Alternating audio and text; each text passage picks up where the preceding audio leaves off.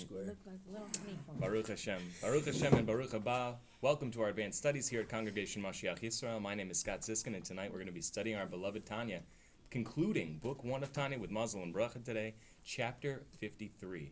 Mi yiftach atana b'tefilu of Bracha. Who would like to open us with prayer and a blessing? Ani. Baruch Hashem. A prayer from the Ari.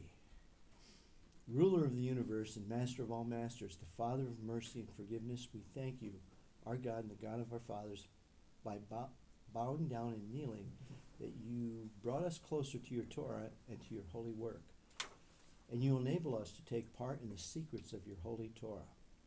How worthy are we to grant that you grant us with such big favor, and that is the reason we plead before you, that you will forgive and acquit us of all our sins, that they should not bring separation between you and us.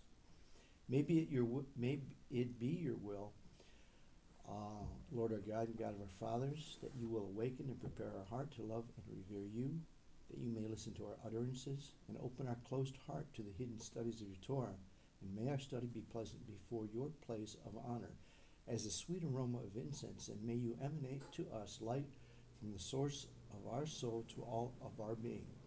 And may the sparks of your holy servants, through which you reveal your wisdom to the world, shine. In their merit, the merit of their fathers and the merit of the Torah and holiness, support us so we shall not stumble through our study. As King David said, open my eyes that you will see wonders from your Torah. Because from his mouth God gives wisdom and understanding, Chokmah and Bina, and Da'at. May the utterances of my mouth and the thoughts of my heart find favor before you, God, my Zuri and Goeli, my rock and my redeemer. Amen. Amen. Todah. Baruch atah Adonai Eloheinu melech haolam asher kitshanu b'mitzvotav v'tzivanu la'asok b'divrei Torah. Amen. Amen. So tonight, again, we get to conclude Book 1 of Tanya with Mazel and Bracha, Baruch Hashem. 53 chapters in Book 1 of Tanya, as we were saying just a moment ago. 53 chapters of the first book of Tanya correspond to the 53 portions in the Torah. We read 53 sidrot or parshiot over the course of a year. 54, is it not? 53. 53. Very often you'll have a double portion, right? Well, there's actually 7, I think. So, 53 portions in the Torah. And then special holidays. And special holidays. Also corresponding to the 53 days which the Alter Rebbe, Rabbi Schneur, Zalman of Liadi, whose book we were reading, languished in prison after being wrongfully accused. He was sentenced to death and was released miraculously instead of being executed after 53 days. Okay. And also the letters Nun and Gimel for 53 make up the word Gan, which is garden, the garden of Torah. Isaiah 53. Isaiah 53 with the gardener of the Torah, if you will. Right, he was captured in the garden, right? It's all right there. Gethsemane, so. Black and white, clear as crystal. So, in chapter 53, we're concluding our thoughts, which we began in chapter 51. So, just to review, thanks again to our handy-dandy map of Tanya. In the first 25 chapters of Tanya, the Alter Rebbe gave us the basis of the methodology of what he's trying to explain. What is a Beinoni? Who are we? What is the spiritual world around us, the physical world around us? How do we love a God we can't see? What's our mission? What does he expect of us? And then afterwards, in chapters 26 through 34, we talked about troubleshooting methods, problems that might happen. I can't love God because my finances, because of my sins, because of whatever the situation might be. Dealing with those issues. And then in chapters 35 through 37, we began talking about the primary purpose of man in this world, which is to make a dwelling place or an abode for God down here in the physical world. As it says in Exodus chapter 25, verse 8, have them build me a tabernacle so that I can dwell within them. And we talked about in those chapters of 35 through 37 the primacy of deed, how important it is that we actually do mitzvahs. You can think and love God all you want in your heart, but if you don't actually put foot to pavement and accomplish his will here down in the lowest world, then you're not getting to first base in godliness. After saying how important it was for us to actually do mitzvah, not only foot to the pavement, hand to the plow. Hand to the plow, etc., etc. You can fill in your blanks. After saying how important each mitzvah was and that we should be doing mitzvahs as much as we can, the Alter Rebbe took a little detour and spent chapters 38 through 50 explaining to us the value of kavana. Doing a mitzvah is all well and good, but mitzvah below kavana is like guf b'li neshama. So this mitzvah without heart, mind, soul, your intention, your dedication, what's going on in your heart and mind while you do the mitzvah. If you don't have anything like that in your heart and mind when you're doing the mitzvah, it's like a body without a soul, right? We use a parable also of a bird. A bird without wings can live, but it can't fly. It can't soar up. And the Alter Rebbe took a long detour, marathon style, showing us all kinds of different aspects of fear of God and love of God. How do we respect Him? How do we meditate and awaken that love for Him that we have deep within our hearts? And then after that, chapters 51 through 53, the Alter Rebbe is coming back to our purple section here, 35 through 37, going back and talking about how important it is that we actually do the mitzvah, now that we know about kavanah. So the primacy of deed.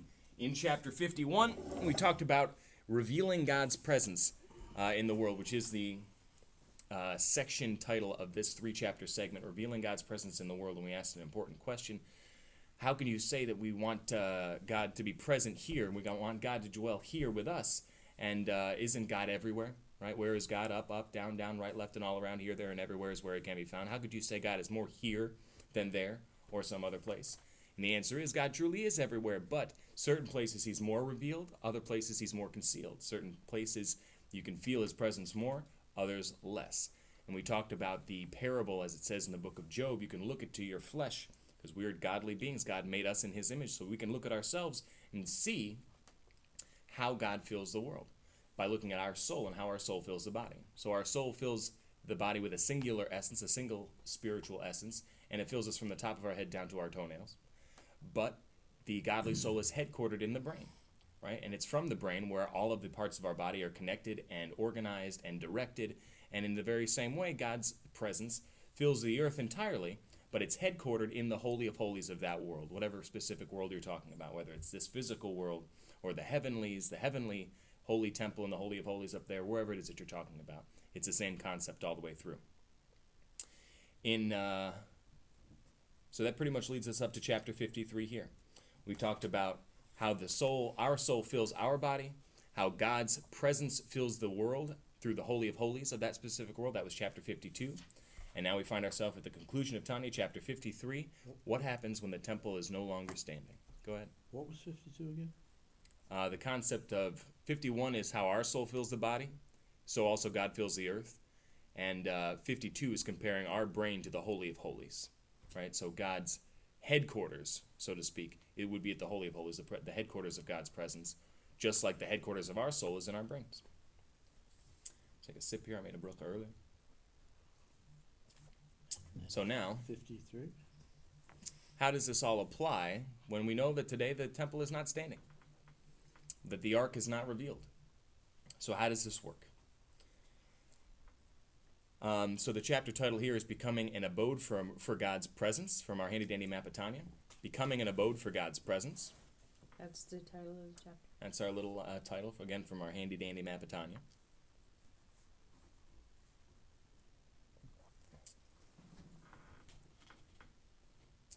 And if you're ready for it, our short summary, again, from our map of Tanya. Excuse me. Our short summary is the light of God's presence, which shines upon the godly soul of every Jew and righteous Gentile, is the fire of his very own animal soul, and its garments being consumed through the performance of mitzvot. I'll go ahead and repeat that.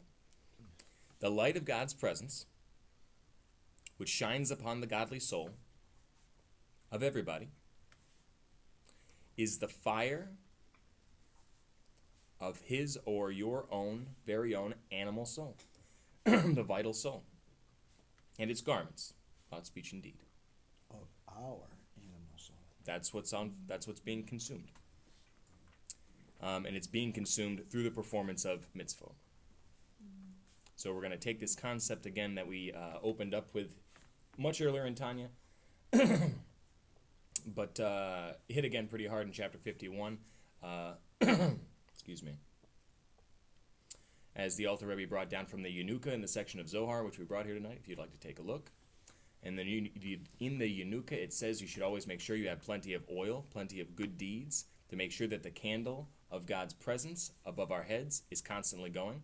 That was what King Solomon said, and the Eunuch goes on and says, we shouldn't even walk 6 feet with our heads uncovered because God's presence is above us all the time. Do you need me to repeat that again, or?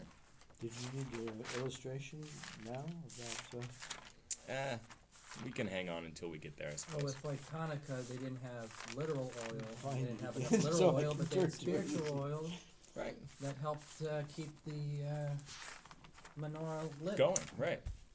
So, the, what's the imagery of oil? Why do we talk about oil? Oil mixed with any other liquid always rises to the top, right? Oil represents wisdom. It is the choicest, right? Cream of the crop rises to the top, etc., etc. And it's the fuel. And it's a fuel, right? It makes light. Like in the menorah, the purest of olive oil was, and again, which is pretty interesting because typically when you're using oil for fuel, it doesn't have to be grade AAA extra virgin Bertolli olive oil, right? But for the menorah, it had to be because it has to be pure wisdom that lights the world. All right, so that is our introduction. Let's go ahead and jump in. Chapter 53, page 278 at the bottom. At the time the first temple stood, in which the Aron, the ark, and the luchot, the tablets of the Decalogue, of the Aseret HaDibrot, the Ten Commandments, they were housed in the Holy of Holies. The Shechina, which is God's presence, which we defined earlier in chapter 52 as Malchut Atzilut. Malchut Atzilut is a level of kingship, of sovereignty in the highest world of Atzilut, where everything is one with God. This is the mother essence of God, Shechina, ends with a hey. It's a feminine energy of God, the motherly energy of God. They ask, is God male or female? The answer is yes, right? God has masculine aspects. He's got feminine aspects. As it says in the Torah, that the Shechina midaberet min hagrono shel Moshe, right? That the Shechina, the God's presence, spoke through Moses' throat, through his vocal cords. The word there in Hebrew is midaberet, feminine expression, that God speaks. It doesn't say midaber, which would mean a man speaks, but midaberet, that a woman It's speaks. like the soft, the softer and merciful attribute of speaking as Right. opposed to telling. Exactly Like, that too. stern- Dabar versus like Omer. a stern father might. Right. When the father is talking, you just make sure that your P's and Q's are in order. When mom's talking, you can maybe listen a little longer. But again, the concept of motherly is to make the house, right? Make the people. So let's see here. Malchut Atzilut. So when the first temple stood, the ark and the tablets were in the Holy of Holies. The Shechina, which is Malchut Atzilut, that is the aspect of the revealed light of the Ein Sof Yisbarach, the revealed light of the Infinite One, blessed be He. Again, we talked about God dwells everywhere, but His presence is revealed more in some places or other places. So when we say Shechina, it's God's revealed presence. Dwelled there. Where is there? In the Holy of Holies, with the ark and the tablets. And it was clothed in the Ten Commandments, these luchot, these amazing, spectacular, miraculous, sapphire-like tablets. Far higher and stronger and with a greater and mightier revelation than its revelation in the shrines of the Holy of Holies in the upper worlds. That's pretty impressive.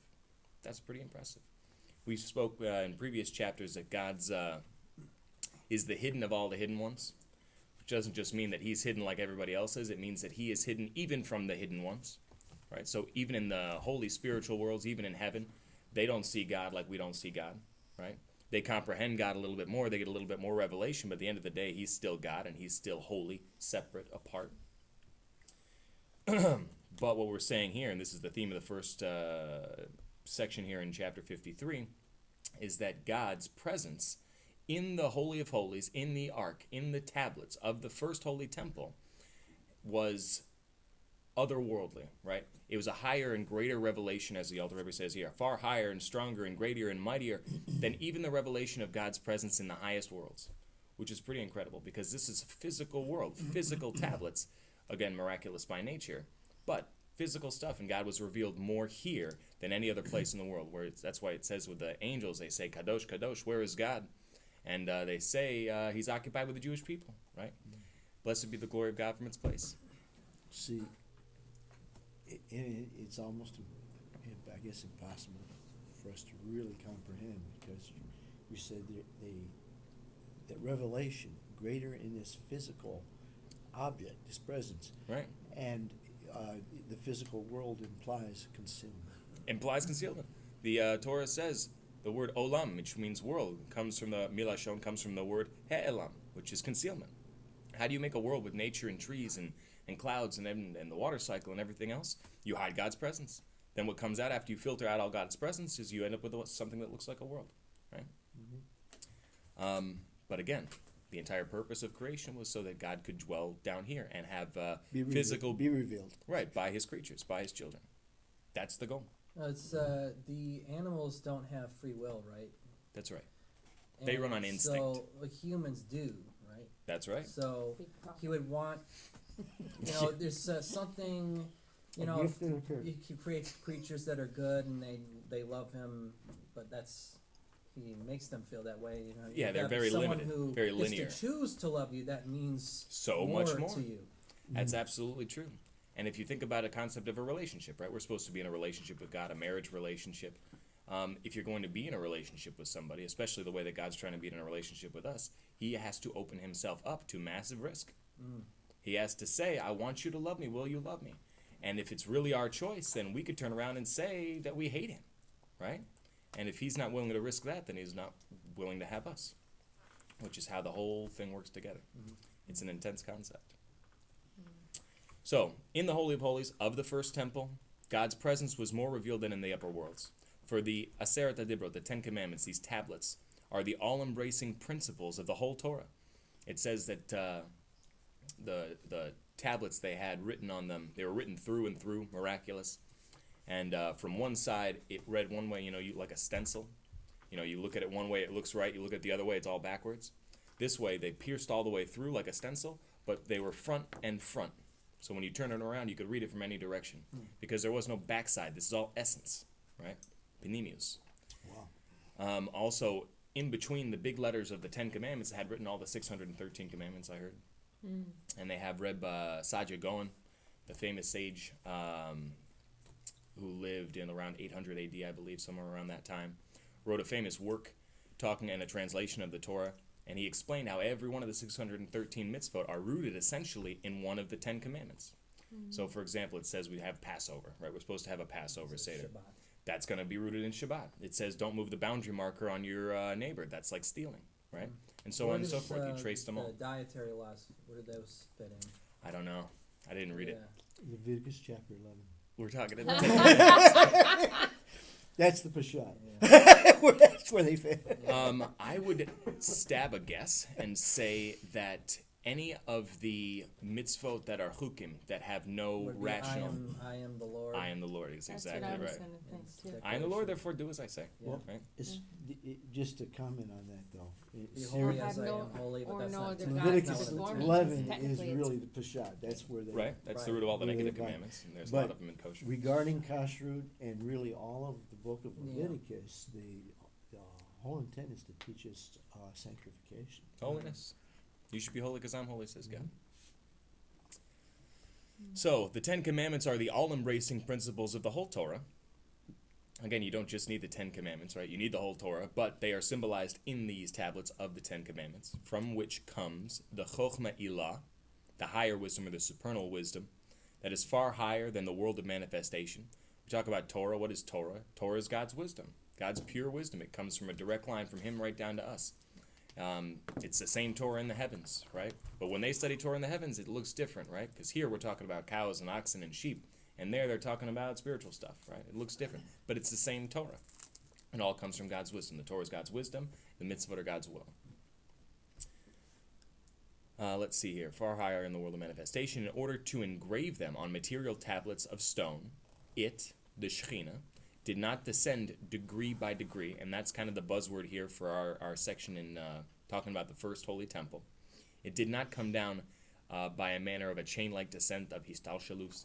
It came by a direct express route, right? I believe I heard Rabbi Gordon say it's like the executive elevator that goes straight from the first to the 80th floor of the high-rise, right? It doesn't stop on the first 79 floors. It goes straight down to us. It's got 2 buttons. It's got 2 buttons right there. So that's how it was in the first Holy Temple, right? God's presence came in a direct revelation. It did not come through a chain-like descent going from different world to world, from Atzilut to Bria, and from Bria to Yetzirah, and from Yetzirah to us and Asiya. It came direct. The next sentence actually illuminates that. Did not descend degree by degree, parallel to the order of the descent of the worlds, down to this material world. For this material world functions through the garments of material nature, right? We talked extensively about the concept of tzimtzumim, which is God concealing himself. God conceals himself with all these garments. Godly energy is concealed so that the world doesn't shout and scream God, that we should be able to have a free choice to choose him or not, right? And this enables reward and punishment. For this material world functions through the garments of material nature, while the tablets, the luchot, of the Ten Commandments are the work of God, and the writing is the writing of God, as it says in Exodus. Beyond the nature of this material world, which is derived from the effulgence of the Shekhinah in the shrine of the Holy of Holies, in the world of Asiya, our world of action, the spiritual world, whence issues light and vitality to the world of Asiya, in which this our world is also contained, right? There's spiritual levels to Asiya, our world. There's spiritual stuff going around us right now, we can't see it. And there's physical aspect of Asiya, which we very much do see, right? So Asiya is not only our world as we know or see it, but our world is contained Within it's in Asiya. the lowest part of Asiya, right? Then the lowest part of Asiya, right? There's a part of Asiya that is revealed, there's a part of Asiya that is concealed. But the category of the higher wisdom of Atzilut, and again, the higher wisdom of Atzilut, the very top of the chain here, this is the part which is God's wisdom, right? This is the Torah, which contains the mitzvot, God's will. The higher category, or the category of higher wisdom of Atzilut, consisting of the totality of the Torah, as it is epitomized in the Decalogue, in the Ten Commandments, in the tablets, has closed itself in Malchut da Atzilut, in Malchut, bless you, Zugazug, in the lowest world, or in the lowest attribute of the highest world of Atzilut, and of Bria alone, and they alone, united as they were with the light of the Ein Sof Yisbarach, the Infinite One, blessed be He, that is within them, are referred to as Shekhinah. And again, this is something that we defined in last week's, or in chapter 52 here, which rested in the Holy of Holies of the first temple, through clothing itself in the Ten Commandments, right? You can't have an exposed singularity of godly energy, right? It needs to be clothed in something. Otherwise, we wouldn't be able to tolerate it. So it was clothed in the Ten Commandments, in these tablets, which were engraved on the tables, on these tablets, on the luchot, in the aron, in the ark, by miraculous means and by the work of the living God, this being the hidden world which nests in the world of Bria, as is known to the students of Kabbalah. We spoke about this before. And this is the situation as it was in the first temple, right? Massive revelation of godly energy, all contained in the luchot. The luchot were in the Holy of Holies where they're supposed to be. Everything was pumping on all cylinders. We had a higher revelation of godly energy in this world than in any other world throughout history. But due to our sins, right, the first temple was destroyed. And as such, the, I'm not sure, I don't think he mentions it here, but where is the ark today, right? Did they carry the ark off to Babylon? No, right? Years before the destruction of the first holy temple, it was King Yoshiahu and the prophet... The good king Yoshiahu. The good king, right? And he moved... Josiah to English. I was trying to think what the English for that is. Yoshiahu. That's cute. That was my grandfather's middle name. Oh, really? Oh. Righteousness. So, yeah, in that time, that king with the prophet, they concealed the ark, the Aron, when King David designed and King Solomon built the holy temple. They built it. It was a huge structure. In order to even get there, you had to go up a spiral staircase that was inside the mountain. And below that, there was a whole subterranean catacomb, sort of a maze-like storage area that was down there. And it was all For such a time as this. For such a time as this. And it was situated in such a way that it was mirroring the Holy of Holies that was on the surface level, right? So King Josiah, Yoshiahu, and the prophet, they go over there and they take the ark And they move it down to this subterranean place where it still stands to this day. Down there together with the tapestries of the Original.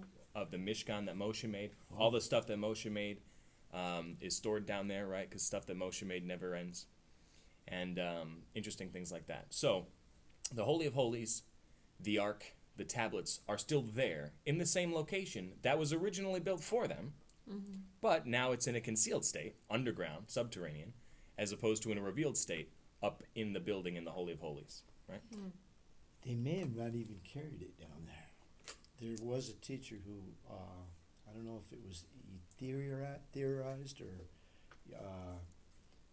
or had some evidence that the temple included some of the unique kind of tricky features that were used in some of the pyramids, the great pyramids in Egypt. Solomon, who's pretty wise, And right? that there was a displacement of like sand, and that perhaps the whole Holy of Holies actually dropped down like 5 floors. Interesting. Interesting. I don't know. I wasn't there. I was No. very young at the time. This is conjecture. Fall through a hole of holes, or No, Right. it went down, but it was activated by displacement of like sand. That Quicksand. that Or slow sand. that let it Slow that put it, brought it down slow. It didn't just drop. That wouldn't have been very holy. So anyways, the point of the tangent is just to say that the Ark is still there. But it was not present. The Ark was not in the Holy of Holies during the Second Temple. In the Second Temple period, there were, 10 things that were missing, right? It was not as revealed godly presence as the Alter Rebbe is about to say. The sages said, relative and compared to the first temple, it's like the Shekhinah wasn't even in the Second Temple. Of course, the Shekhinah was present there. It was the Holy of Holies. There were priests there. When they went into the Holy of Holies and they weren't righteous, they still died. But there were things that were not pumping on all cylinders. What did The they Ark do was in not the there. Holy of Holies The if Urim the and Ark Tu- wasn't there? They offered the incense. Well, there was the temple service. They went through the. Yeah, but to go into the Holy of Holies was the incense offering before the Ark. No, Don't remember, the Ark's still there. But just lower. not there. Right? But the rabbis actually did say the Shekinah did not abide there. Yeah. It did, of course it did.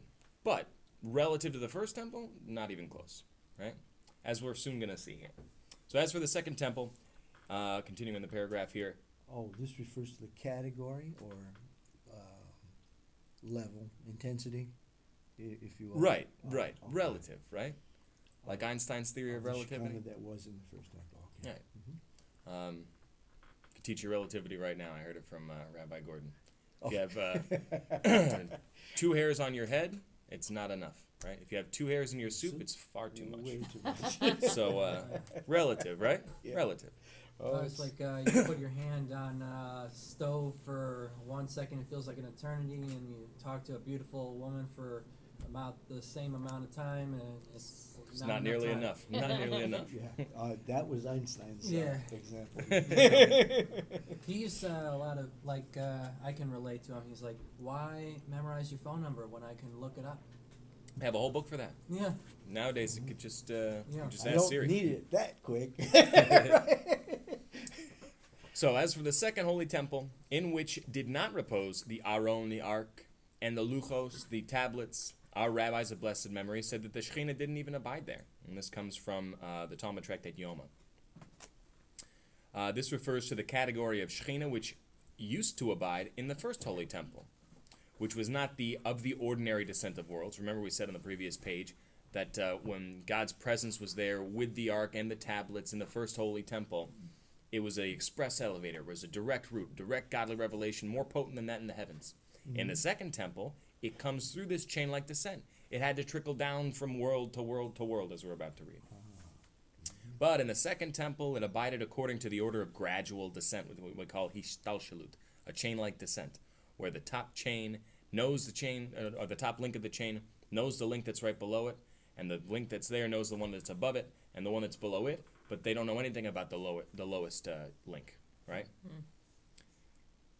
In the second temple, it abided according to the order of gradual descent, hishtalshalut, of Malchut Da'at Silut, then had to be vested in Malchut Debriya, and then later in the latter in Malchut de Yetzira, and then the latter still in the Shrine of the Holy of Holies of Asiya, our world, which in turn was clothed in the Holy of Holies of the temple here below. In it rested the Shekhinah, which we understood is Malchut of Yetzira now, not Malchut of Atzilut, not the highest level, but a much more trickled-down version, which was clothed in the Holy of Holies in our world of Asiya. Therefore, again, Shekhinah, godly presence, obviously there. No man was permitted to enter there, except the high priest, the Kohen Gadol, on Yom Kippur, on the Day of Atonement. However, since the temple was destroyed, there remains to the Holy One, blessed be He, the 4 L's of Halacha alone, which is an important, it's a euphemism. The 4 L's, the 4 cubits, is everybody's entitled 4 cubits of personal space, right? 6 square feet around you is your, arm's width. Everybody's entitled to this space. So when we talk about halacha and space, this is a euphemism we use to explain that this is where God's presence is now, right? Because before, where was God's presence headquartered and revealed? In the Holy of Holies, from the Ark. What's the Ark contain? The tablets on which are written the 10 Commandments, which is the source and the root of the whole Torah, right? But now that the Ark and the tablets are not revealed, what is revealed? The Torah, right? We still have the Torah. Well, that's what he's saying. It's by and large active precepts filled by word and thought. Torah Again, study and grace after meals and recital of the Shema and prayer. And this is, again, we're linking back here to the purple section, right? Purple section, which it's talking about the primacy of deed, how important it is that we actually do the mitzvot, because that actualizes and reveals God's presence right here below. As we've said time and time again, if there's a hungry person who is starving and God was here, what would happen? He would get fed, right? The hungry person would get fed. The tzaddik would take care of the... So, Yes. if you're here and you feed the person, that's what it would be like when God was here. So you just actualize God's presence with your hands and your money or food or whatever the situation might be. Right? The steps of a righteous man are ordered of God. Like it says that the Shekhinah, midaberet, from the throat of Moses, right? I don't know if we're that holy, but we're approaching it. So, after the temple was destroyed and the ark is concealed, God's presence, the Holy One, blessed be He, His presence is only in the 4 L's of halacha, in Torah study. And again, specifically Torah study relating to mitzvot, doing mitzvot. Hence, each individual who sits by himself and occupies himself in the Torah, the Shekhinah is with him, which is, again, very important why we verbalize. When we sit and we study Torah, someone, at least one person should be speaking. When you sit alone and study Torah, you should be speaking, because you're actualizing God's presence here in the real world. Because this is the world of action, and thoughts are not actions. Considered action. We'll get there. So, the Shekhinah is with you while you study Torah, as it's stated in the first chapter of Brachot. The phrase, the Shekhinah was with him, means in the order of gradual descent and investment of Malchut Atzilut, Malchut Abriya, and later in Yetzirah and Asiya. Again, when we sit and we study Torah together or alone, we're not getting the divine revelation as it was in the first Holy Temple. That's the direct, express, elevator version. We're getting the trickle-down version, which is why it feels less potent. Right? For the 613 mitzvot, the Taryag mitzvot of the Torah, are by and large active precepts, right? You count all the 613 mitzvot, the vast, overwhelming majority of them are action-oriented mitzvot. You need to give charity. You need to take the lulav and the esrog. You need to eat kosher. You need to not worship idols. And the ones that aren't action mitzvahs are verbal mitzvahs. You have to say Shema. If you close your eyes and you think Shema Yisrael, it doesn't accomplish anything, right? You have to verbalize Shema Yisrael. So also with grace after meals. This is the positive, the 248. All mitzvot we're talking about here. All mitzvot. Okay, because the prohibitions don't necessarily require action. They require you to sit on your hands is what they do. The sages say one who sits on his hands and doesn't sin, it is accredited to him as if he did a positive mitzvah, one of the 248. It's a good correlation. But yeah, that's with action-oriented mitzvah. Don't take the money when the drawer is open, right? Don't, whatever the situation might be. Very, very, very few mitzvot are thought mitzvahs or emotion mitzvahs, right? There's like a handful. Love God, fear God, know God. But other than that, by and large, they're all action. Why is that, right? Why is this world the world of action? The mitzvah that God tells us to do, and the only real free choice and moral choices we can make are specifically regarding mitzvah. Then why does this all work together like this? I'm glad you asked. For the 613 mitzvot of the Torah are by and large active precepts, as are also those which are fulfilled by word and thought, such as Torah study, grace after meals, the Birkat HaMazon, and the recital of Shema, and the Amida, the prayer. For it's been ruled that contemplation has not the validity of speech, and one has not fulfilled his obligation by contemplation and kavana alone. That's where we started back here, right? Mitzvahs first, you got to do the mitzvah. The kavana alone doesn't help. You start with the mitzvah. But a mitzvah without kavana is like a body without a soul, right? Until he gives utterance with his lips, as it has been ruled that the motion of lips is considered an action, right? It takes calories to move your lips and your vocal cords. So you are doing tikkun olam. You're taking the raw materials of this world, the meatloaf that you ate, right? And the potatoes and the water and the minerals. All this stuff becomes and makes up who you are, right? Your muscle structure. And then you take that energy and you use it to move those muscles to study Torah here. Okay. Those are the special Torah muscles, right? I'm sorry? The special Torah muscles. The special Yeah. Torah muscles, exactly right. What was yours? So, the 613 mitzvot of the Torah, and just to recap where we've been, we're saying that God's presence fills the world. We want it revealed here. How do you reveal God's presence? Well, it was revealed with the Ten Commandments, and it was revealed less when it wasn't there. And now that it's not there at all, it's just concealed. It's in Torah, right? Specifically the part of Torah that deals with mitzvot observance. Again, have them build me a tabernacle so that I could dwell among them, within them. So the Taryag mitzvah b'Torah, together with the 7 rabbinic commandments, the commandments of our rabbis. Do we know any rabbinic commandments? Is Hanukkah one? Hanukkah, right? Purim. The brachot, right? The blessings, the washings, etc., etc. 7 mitzvot of the rabbis. Combine, what's 613 plus 7? Any accountants here? 620, There's very good. 620 bones in the body, right? Or is that 613? No, I think there's I like think I've read 206 bones in the body. Maybe that's.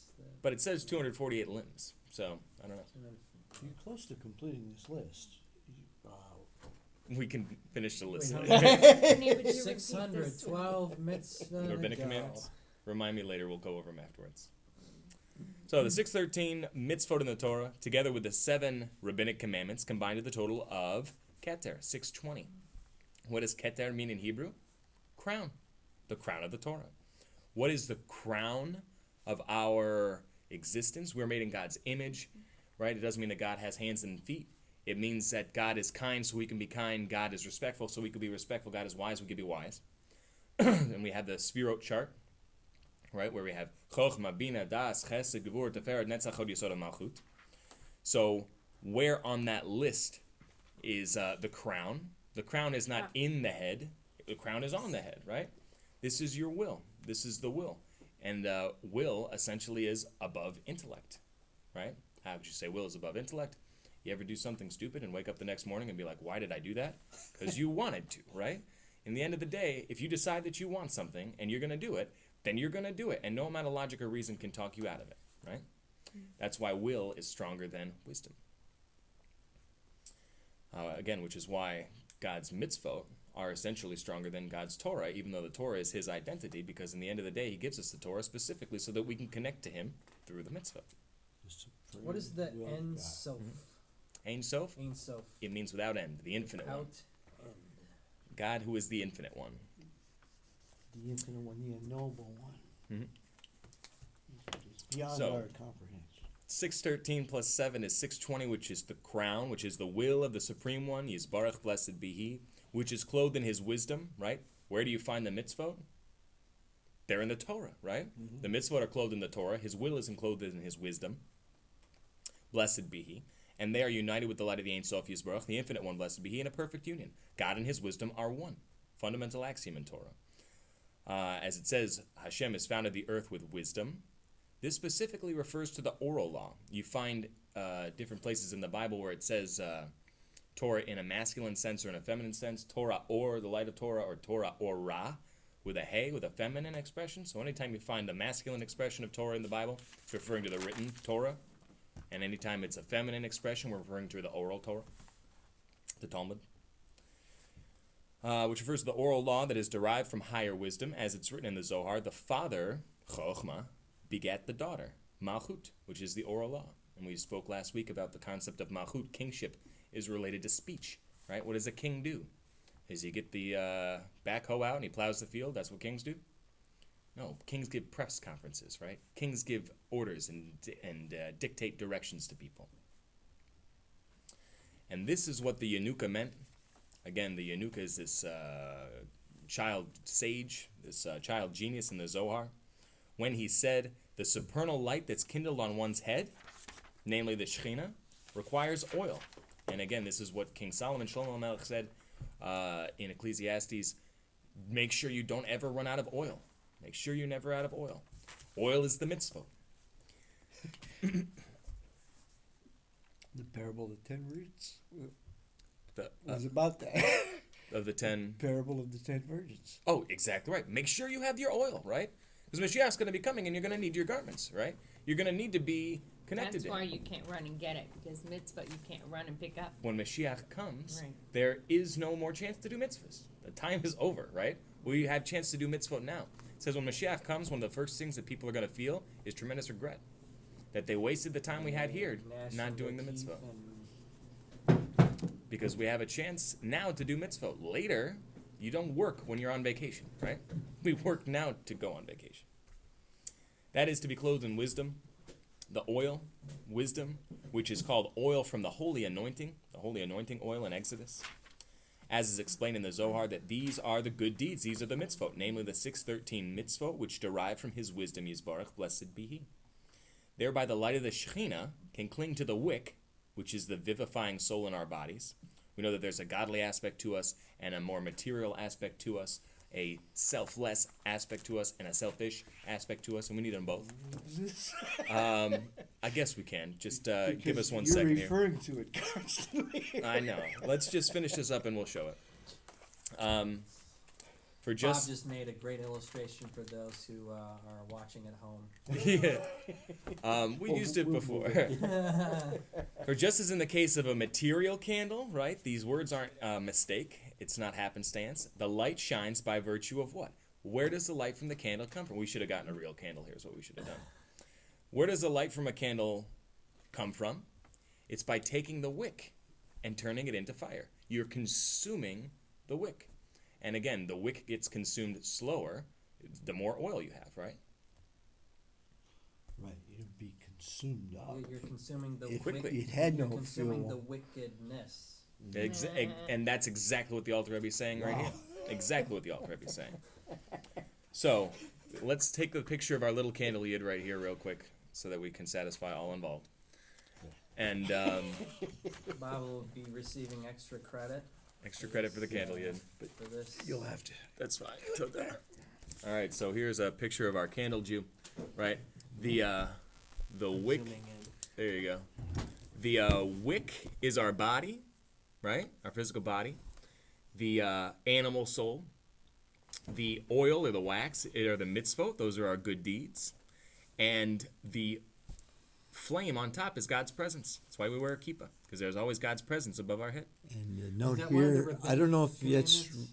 Yeah. Well, it's not one of the formal rabbinic commandments. It's a custom, really. Okay. Oh, right. And the note here, I don't know if it's readable. It says Shekinah Shekhinah. on the light of the wick, the Right. flame. So, God's presence is always above us.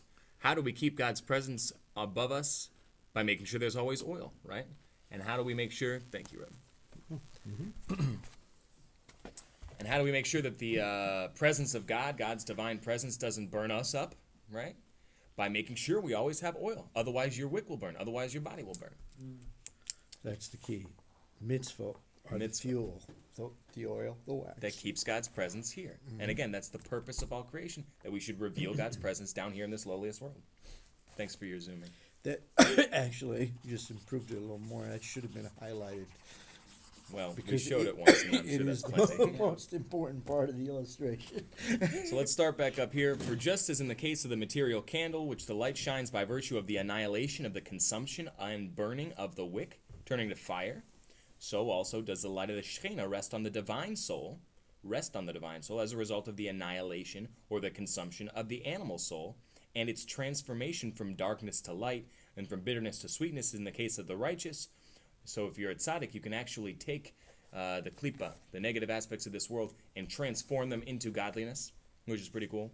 For the rest of us, for the Bainanis out there, at least through the destruction of its garments, which are thought, speech, and action, by taking our thoughts, our words, and our actions that are associated with our animal soul, taking all this energy that we have inside us, all this drive and all this will that we have to self-preserve, right? Excuse me. We take all that and we serve God with it. We are then taking that darkness and turning it to light. We're taking the bitterness and turning it to sweetness. We're sublimating, hopefully, our essence to God. So when we talk about klipat, for example, klipat noga, the everyday aspects of life, there's what? Eating and sleeping and vacationing and exercising and all the different things that we do that are permissible, normal, natural stuff. When we do those with God in mind, right? We're doing this for God. We're doing this so that I could be a stronger, better person to serve God. Then we're revealing God in even our mundane aspects of our lives, even outside of the mitzvot proper. And seeing the extraordinary in the ordinary. That's the point. That's the point. To reveal God down here in the darkest, lowliest world. When John said that it burns up the wickedness. The wickedness. And You're that's exactly, exactly what he says here. that's exactly what he The says is right. annihilation of the animal soul. Yeah, I wasn't really paying super close attention to the word choices. But Sure, it was just the Ruach HaKodesh coming right Yeah. through you. Yeah, I think I was just being the Yanuka. Yeah, there you go. Baruch Hashem, for all we know, you know. That was so cute. Or 12-year-old Yeshua. Who knows? Whatever. It works too. So we're destroying and consuming and annihilating the negative aspects of ourself, which brings the light of God's presence here through the mitzvot, transformation of the darkness of the klipot to the divine light of the Ein Sof Yisbarach, the Infinite One, blessed be He, which is clothed and united in the thought, speech, and action of mitzvot, right? The 613 mitzvot in the Torah in the case of the Bainani. For, as a result of the transformation of the animal soul, originating from the klipat noga, right? What's the substance our godly soul is made from? Klipa. Godly soul? Really? Oh no, the godly soul, the spark of God. I'm sorry. God. Yes. Our godly soul comes from God. Where is the source and the substance and the raw material from which God made our animal souls? That's from the klipa. That's the dust of the earth, right? Adam was made with the dust and also with the breath of life. So we have the negative aspect of ourself, the physical, mundane aspect of ourself. It comes from the klipat noga. That's where it comes from. So we transform our physical self to godliness, from darkness to light, and so forth. And there is brought about the so-called ascent of feminine waters, like we've said before. This is us sending a message to God, saying, God, I did for you, please do for me, right? That, God, I'm ready and available to connect with you, please pursue me. To draw the light of the Shekhinah, i.e. the category of revealed light of the Ein Sof Yisbarach, over one's divine soul, principally dwelling in the brain of the head, as we said before. And thereby will also be understood the meaning of the text, for the Lord your God is Eish Ochla, a consuming fire, as is explained elsewhere. And I just want to end with a story I actually heard from Rabbi. It's an old Chassidic story, which Rabbi Gordon heard from his father, of a certain gentleman back during the days of the Baal Shem Tov. We just celebrated Shavuot, the giving of the Torah, which is the Baal Shem Tov's day. So here's how the story goes. There was a certain gentleman, he wanted to make Aliyah. He wanted to go to Israel, right? Back in the time of the Baal Shem Tov, it was very difficult. There wasn't a lot of community there. There were always Jews in Israel communities, but it was very limited. And he wanted to go. For whatever reason, the Baal Shem Tov said it wasn't a good idea. So he asked the Baal Shem Tov, he keeps pleading like a nudnik, right? And he says, Baal Shem Tov says, finally, okay, here's what I need you to do. I need you to study this passage in the Torah and the Zohar. I need you to fast for 3 days. I need you to take these godly names, these Kabbalistic names of God, and meditate on them when you're in the water of the mikveh, right? Fast for 3 days, take a mikveh, and meditate on this godliness, and then come back and talk to me, says the Baal Shem Tov. And this guy's like, you got it. Right, whatever. Let's go, right? So he does it, he comes back, he says to the Baal Shem Tov, when I was under the water and I was meditating about God's name, I had a vision. And in this vision, I saw myself, I went on a boat, and I went to Israel. And I went to Israel, and I said, and we've told this story before, quick, is this Israel? Right? And he says, yeah, this is Eretz Yisrael. And he, he jumps off the boat, and he kisses the ground, right? And then he's like, quick, which way is Jerusalem? He's like, oh, it's that way, So he runs over to Jerusalem. He's like, quick, is this Jerusalem? And the guy says, yeah, it's Jerusalem. And then he kisses the ground, he kisses the walls. He's like, quick, where's the Temple Mount? And he's like, oh, it's just up there, So he runs up to the Temple Mount, he kisses the ground. He's like, quick, where's the holy, the sanctuary, right? And the guy says, oh, it's over here. He goes to the sanctuary, he kisses the ground. Quick, where's the Holy of Holies? And he's, oh, it's through there, He goes in the Holy of Holies, he kisses the ground. He's like, quick, where's the ark? And the guy says, the ark, the tablets, the Torah, is back in Mezhebuz with the Baal Shem Tov, right? Which is essentially the message of this chapter, right? Where is God's presence to be found now that the temple is not standing? It's in Torah study, and revealing God's presence through the mitzvah. That's essentially what we just discussed here, and this is essentially the message of the entire Tanya. Mm-hmm. As we said in the beginning, what is the first book of Tanya here based on? It's based on the verse, Deuteronomy 30:14, that this thing, Torah and mitzvot, is very near to you, in your mouth and in your heart, to do it, so that you should actually be able to do these mitzvot and actualize and reveal God's presence down here. And that is essentially our purpose here in life. And now we end, Neshalem Chelik Rishon, Be'ezrat Hashem, Yitbarech V'Yitalel. We conclude the first part of the Tanya with the help of God. May He be blessed and exalted. Chazak v'nit chazek. Mazel and bracha. Excellent work. And praise you, God, that we were able to complete the first book of Tanya and put it online here. I encourage all of you at home and all of us here to take a l'chaim and to celebrate in completing God's work. With God's help, we'll be back at some point soon, hopefully with book 2. But in the end, thank you all for your time here. It's been quite a while, and I very much appreciate it. I'm sure that God does as well. So Baruch Hashem. Baruch Hashem. Baruch Hashem. Who would like to close us with a prayer? I will. I thought you just did. Kazak. Let's get the l'chaim. That's true. Go ahead. Avi, thank you that the whole point of this Torah, of this Tanya, is exactly what Scott said. But the book shows us why and how and what it means to, and makes it real, why we do the mitzvah, why we change our life, is because we get to know you and your heart and your soul, and you have given it to us in writing, and it's now ours, and it does live within us. And it's so much easier to do something once you know the why and the how. Thank you for showing us. Thank you for opening our hearts and our minds to understand you, to receive you. Help us to always be a blessing to you and show you to the world through our actions and our deeds. In Yeshua's name, amen. Amen. Toda Rabbi. Shalom.